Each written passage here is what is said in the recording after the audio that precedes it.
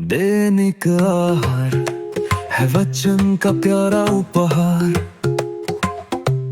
रोज का है ये आत्मा का पोषण संसार। हर शब्द में छुपी है ईश्वर की पुकार। आओ सुनो समझो जीवन में लाओ प्यार।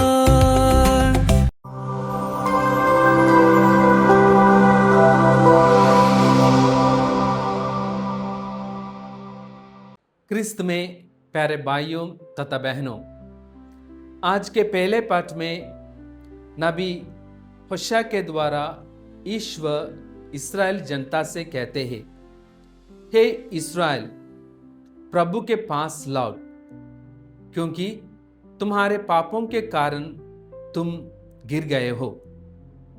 इन शब्दों से ईश्वर इस्राएली जनता को उनके पास आने के लिए आह्वान देते हैं। आगे नबी होशा के द्वारा ईश्वर कहते हैं, मैं उनके विश्वासघात गाँव भर दूंगा, मैं उनको पूरे हृदय से प्यार करूंगा। हाँ प्यारे भाई तथा बहनों, ईश्वर सचमुच इस्राएली जनता को उनके पापों से लौटकर वापस आने के लिए ईश्वर उन सबको बुला रहे हैं।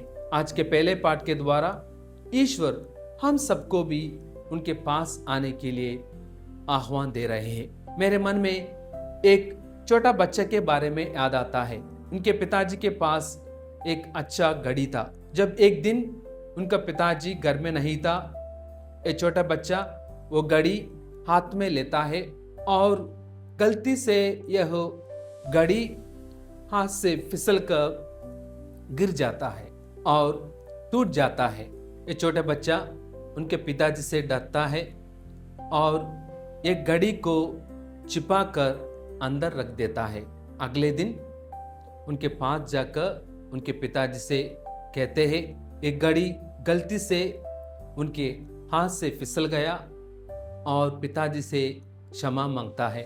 उस समय उनके पिताजी कहते हैं, बेटा, मैं एक घड़ी के बारे में इंतजार नहीं कर रहा था, मैं यह इंतजार कर रहा था कि तुम कब मेरे पास आओगे।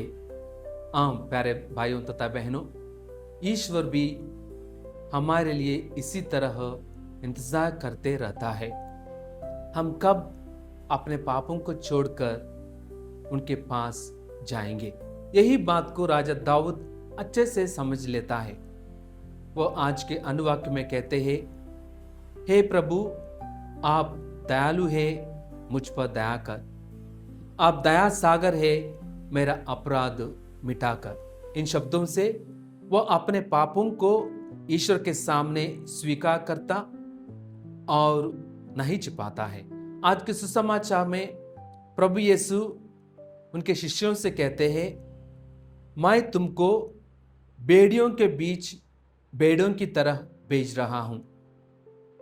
वह उनको ये चेतावनी दे रहे हैं कि उनके जीवन में जरूर संकट आएंगे। यह वायदा भी करते हैं कि पवित्र आत्मा जरूर उनके साथ रहेगा।